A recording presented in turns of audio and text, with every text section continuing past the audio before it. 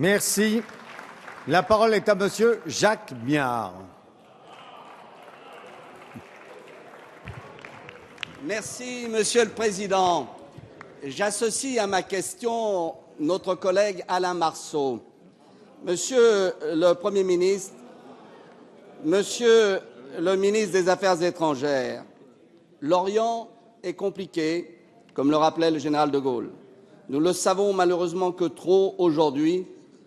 On peut même dire que l'on assiste dans cette région à une véritable partie de poker menteur, tant il est vrai que de très nombreux États de la région y jouent parfois un double jeu, tout en affichant leur détermination à lutter contre le terrorisme islamique. Nombre de députés sur tous les bancs, je dis bien sur tous les bancs, ne sont pas d'accord avec votre analyse sur le régime de Damas, mais je ne souhaite pas vous interroger sur ce point.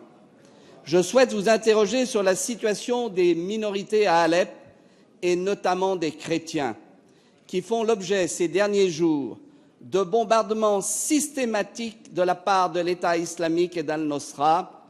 Monsieur le Premier ministre, vous avez justement déclaré le 24 avril 2015, lors du centenaire du génocide arménien, que les chrétiens d'Orient sont en voie d'être éradiqués, selon vos propres termes.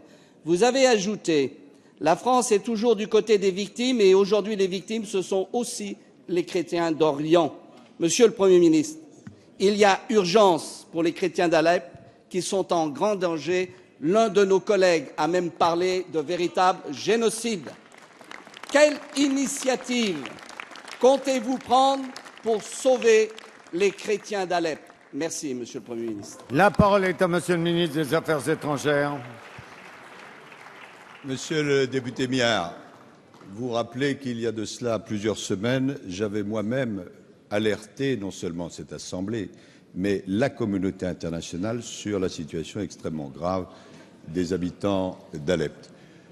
Tous les efforts, en ce qui concerne la France, ont été déployés pour saisir les différentes parties et singulièrement le Conseil de sécurité des Nations Unies. La réalité, elle vient encore d'être confirmée par le rapport d'Amnesty International que vous avez peut-être lu, qui est sorti hier, c'est que la situation est abominable.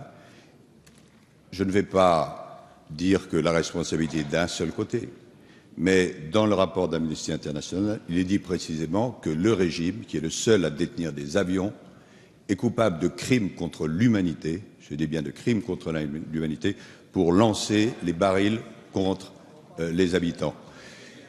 Et en même temps, de l'autre côté, il y a les égorgeurs de Daesh. Pour nous, la solution n'est ni d'un côté ni de l'autre. C'est l'avers et le revers d'une même médaille. On ne peut pas choisir entre l'horreur et l'horreur. Donc la seule solution, c'est ce que nous appelons la solution politique, que nous cherchons avec à la fois les pays arabes, les pays de l'entourage et avec les Russes également. Vous le savez, nous avons eu beaucoup l'occasion d'en parler.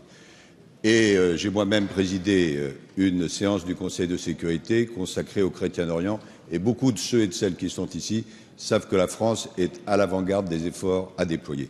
Mais je m'associe volontiers à l'appel d'urgence que vous lancez, parce que tous les jours qui passent voient de nouveaux chrétiens, de nouvelles minorités tomber, ce qui, du point de vue humain, laissons de côté un instant la politique, est absolument inacceptable. À chaque fois qu'il s'agira de défendre la cause des minorités et de la réalité humaine, nous serons au premier rang. Monsieur Miard, ce combat-là, il est juste.